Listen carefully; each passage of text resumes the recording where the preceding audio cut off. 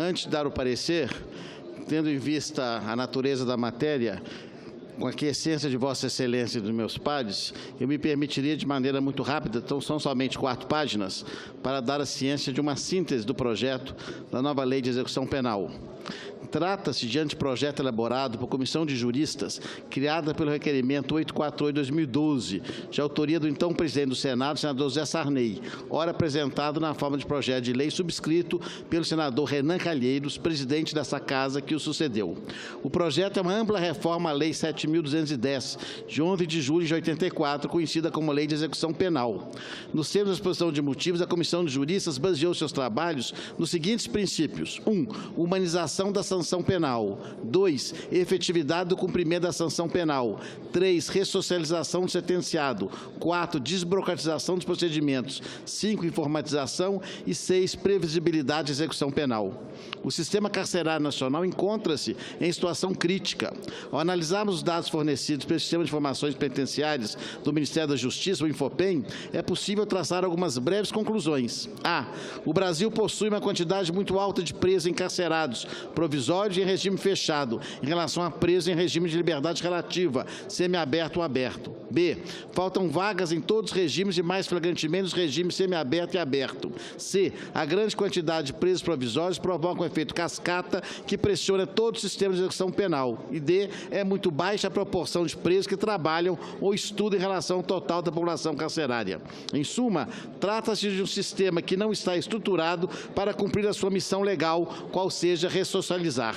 Ao contrário, trata-se de um sistema voltado para o encarceramento e para a contenção antecipada de pessoas sem julgamento definitivo. Como resultado, cria-se um ambiente propício para as revoltas e as rebeliões. O PLS 503/2013 busca encontrar soluções para os problemas mencionados. Em apertado resumo, o texto valoriza o trabalho, que passa a ser visto como parte integrante do programa de recuperação do condenado, e não como benesse, e passa a ser remunerado com base no salário mínimo cheio, e não mais 3/4. Prevê incentivo fiscal para empresas que contratarem presos e egressos de parcerias público-privadas para a educação e profissionalização dos presos. C. Possibilita a progressão antecipada de regime em caso de superlotação de presídio como direito do preso. D. Inclui das competências dos juízes da execução a realização de mutirões carcerários em caso de superlotação. Inclui das competências do Ministério Público a fiscalização da aplicação de recursos orçamentários no sistema penitenciário. E. Veda expressamente o contingenciamento dos fundos penitenciários estaduais do Distrito Federal. F. Adota a proposta da reforma do Código Penal de que o regime aberto deve ser cumprido com recolhimento domiciliar, com possibilidade de monitoração eletrônica, mas cumulada com pena restritiva de direitos. G. Prevê informatização do acompanhamento da execução penal e a realização obrigatória de mutirões carcerários pelas corregedorias dos juízos, sempre que os estabelecimentos penais ficarem lotados, com a consequente concessão de benefícios aos presos com requisito temporal mais próximo. H. Amplia as possibilidades de conversão da prisão em pena alternativa. E prevê a detração da pena, a sua dedução da pena a cumprir, para os casos de cumprimento em regime errado. A proposta é em harmonia com o apelo do Supremo Tribunal Federal ao legislador, feito por ocasião do recurso extraordinário número 641/320, com repercussão geral reconhecida. Em 4 julgados, o nosso Tribunal Maior, os seus ministros já mencionaram o estado de coisas inconstitucional, desculpe, senhor presidente, que vige o sistema prisional brasileiro.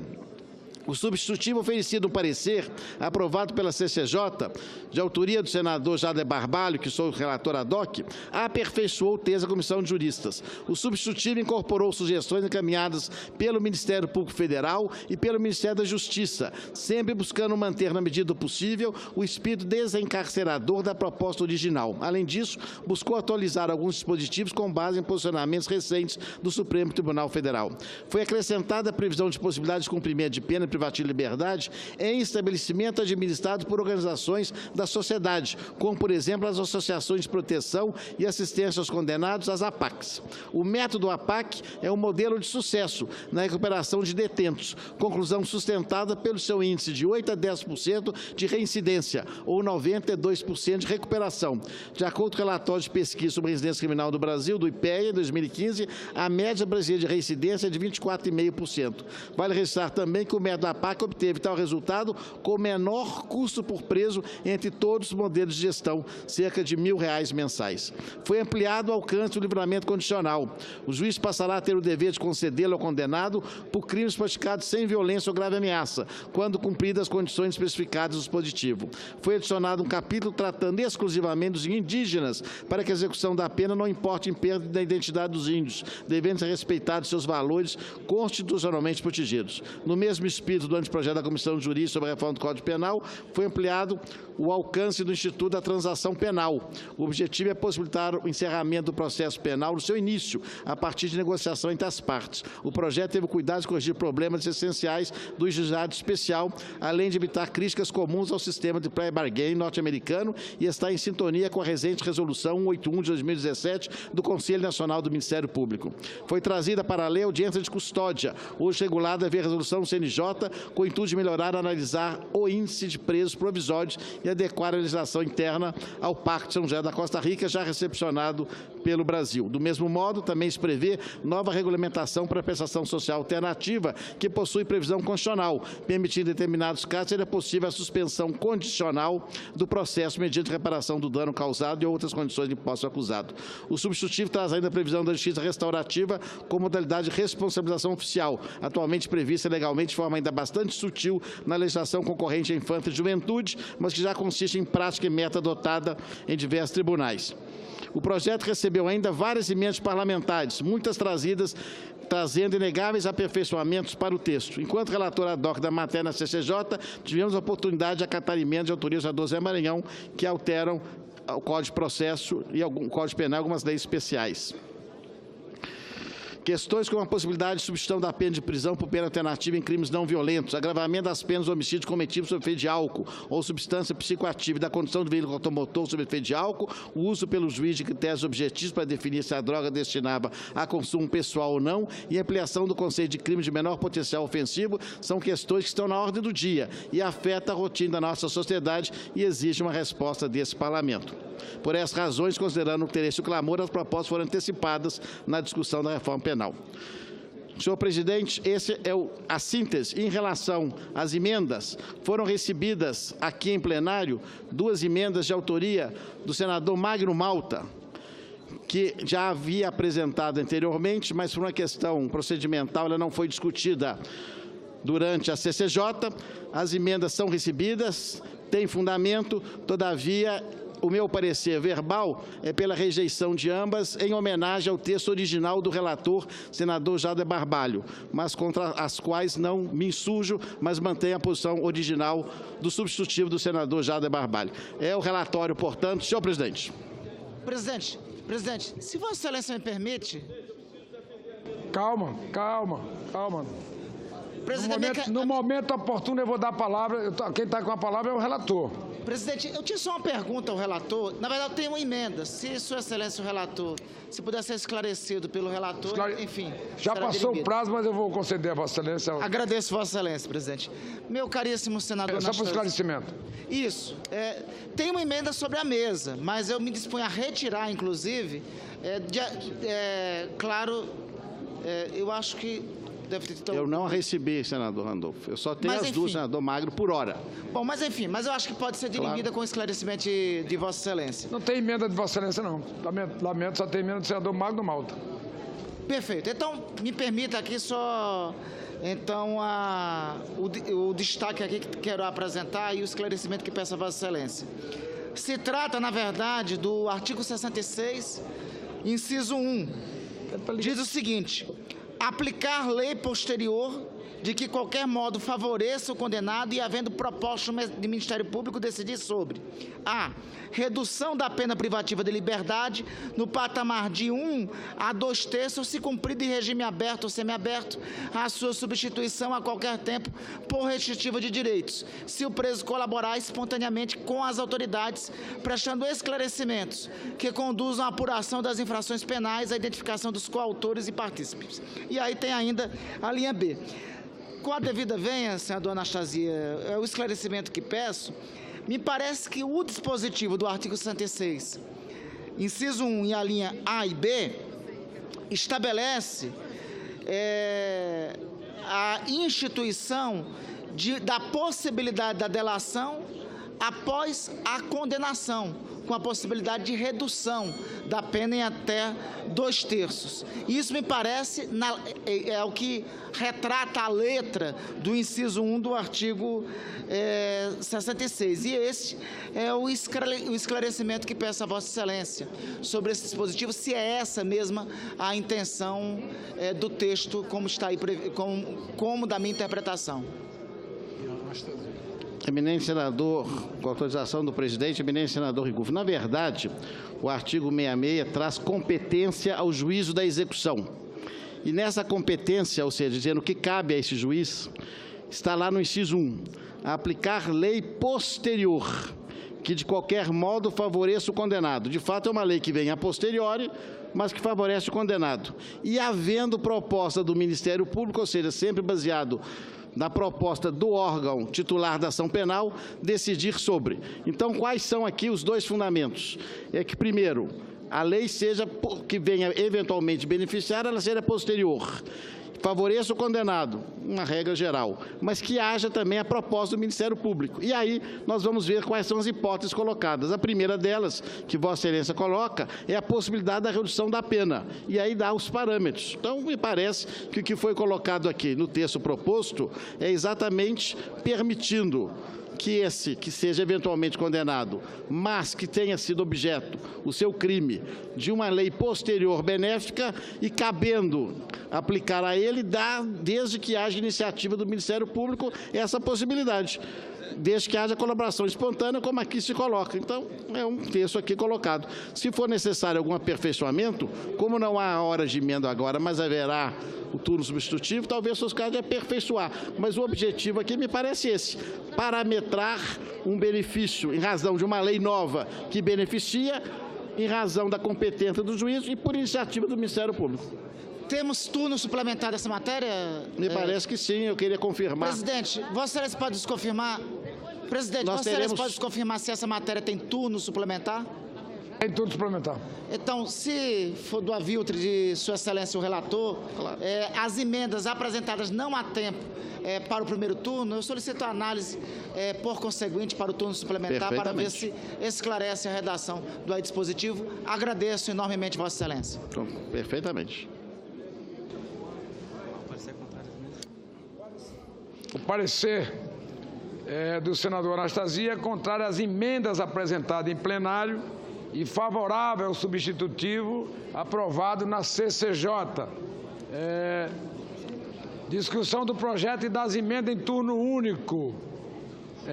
Concedo a palavra ao senador Magno Malta para discutir a matéria. Senhor presidente, na verdade o senador Anastasia não acolheu porque ele quis contemplar o relatório do senador Jader Barbalho, como ele me disse, mas a minha primeira emenda, emenda 39, ao PL 513, esse aí, dá-se ao 197B a seguinte emenda, como está na Constituição: os órgãos de execução penal deverão institucionalizar e acompanhar um sistema de informação prisionais, observando o sexo, contendo indicadores com dados específicos relacionados à mulher presa. O texto remete a dados e objetiva alcançar a mulher, sexo que tem se buscado valorizar ao longo dos anos, inclusive pela propaganda dos partidos políticos, como se vê atualmente. No entanto, o texto em análise traz o termo gênero, assim faz-se necessário substituir do texto indeterminação criada pela remissão do gênero ao sexo feminino, termo que carece de melhor definição. Então, é manter a palavra sexo, é a minha emenda, senhor presidente. A minha primeira emenda. O senhor vai votar? Senhor presidente, o senhor vai votar essa emenda e depois votar a outra ou eu posso ler as duas? Diga, senador. Eu já apresentei a primeira emenda. Sim, você apresentou as duas emendas. Não, eu li uma. Eu posso ler a outra em seguida? Tá, pô, claro que pode. Muito obrigado, excelência. Vossa Excelência me emocionou. Então, posso ler, né, Anastasia? Então tá. Dá-se ao parágrafo único do artigo 3º a seguinte emenda de redação. Artigo 3. Ao condenado e ao preso provisório serão assegurados todos os direitos não atingidos pela sentença ou pela lei. Parágrafo único. Não haverá discriminação de qualquer natureza, observada a legislação pertinente. São minhas duas emendas, senhor presidente. E eu conclamo aos senhores senadores que vão votar nessas emendas, não há qualquer necessidade de tirarmos a palavra sexo na proteção da mulher para colocar gênero. Gênero não é nada, é um vegetal, sexo é masculino e feminino.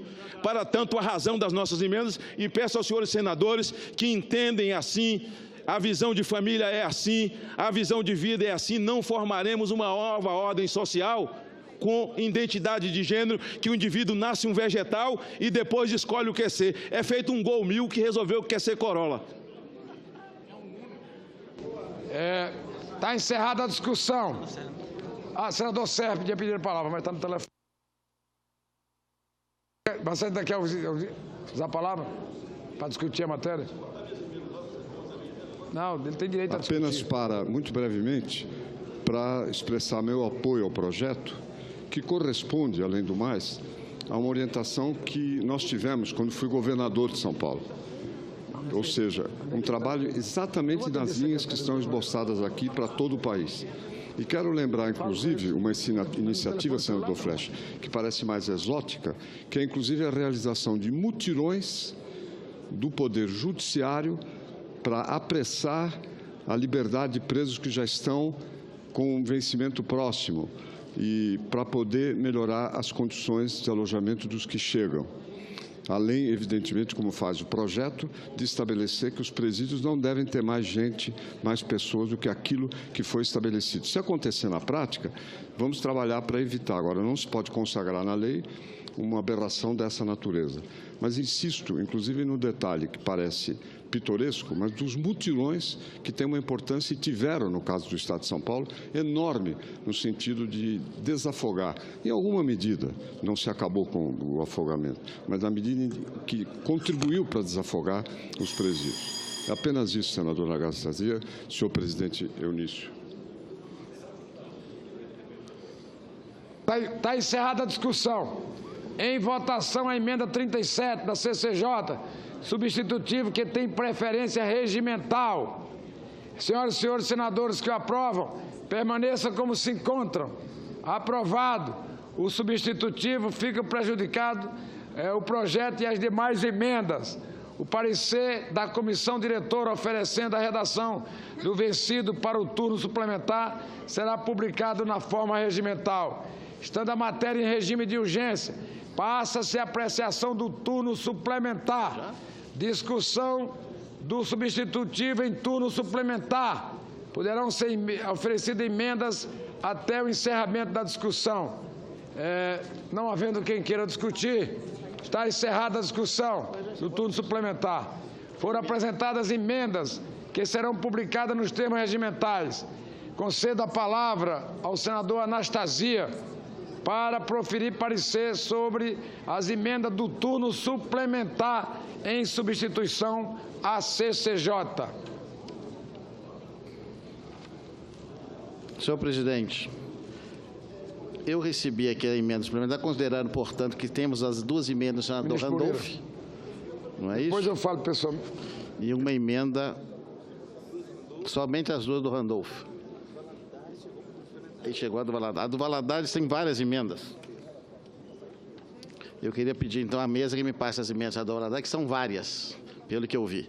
No que refere à emenda do Randolph, que está aqui, a minha posição é de rejeitar, tendo em vista que o Supremo confirmou já em 2 julgados a possibilidade de execução da pena após a sua condenação em segunda instância.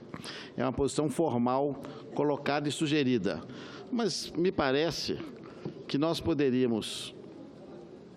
A supressão é que me parece um pouco forte. Se nós conseguirmos colocar, talvez, o parágrafo único, melhoraria, porque a supressão do dispositivo inteiro perderia vamos dizer assim, a consequência normal do projeto, já que, como eu disse e insisto, nós estamos diante de uma nova lei. Uma lei nova que venha a favorecer. Então, me parece que eu rejeitaria uma e sugeriria a aprovação da que traz com um parágrafo único, que essa redução não se aplica a condenações por crimes contra a administração pública, crimes definidos na Lei 7492, em ser do valor de R$30 mil. Me parece que seria uma alternativa para a preocupação do senador Randolph e esse temor que ele está tendo, e deixaria como a matéria ainda irá à Câmara e vai ser objeto de discussão lá, etc., voltaria aqui. Contempladíssimo, e louvo Vossa Excelência pelo trabalho. Aliás, quero cumprimentar a designação de Vossa Excelência como relator pela autoridade e conhecimento técnico que Vossa Excelência tem sobre o tema. Contempladíssimo com o encaminhamento dado por Vossa Excelência. Muito obrigado. Senador Anastasia, me concede só um minutinho, claro, só para me orientar com a mesa.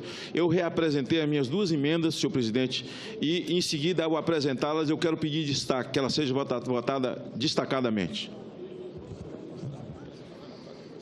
Enquanto isso, se o presidente me permite, eu continuo no parecer sobre as do Valadares, enquanto se define a votação da do senador Magno Malta. O senador Valadares, que aqui não se encontra, mas apresentou essas emendas, apresentou 1, 2, 3, 4, 5, todas elas trazendo um detalhamento muito específico sobre o Código de Processo Penal, sobre a Lei de Drogas e também sobre o Código Penal.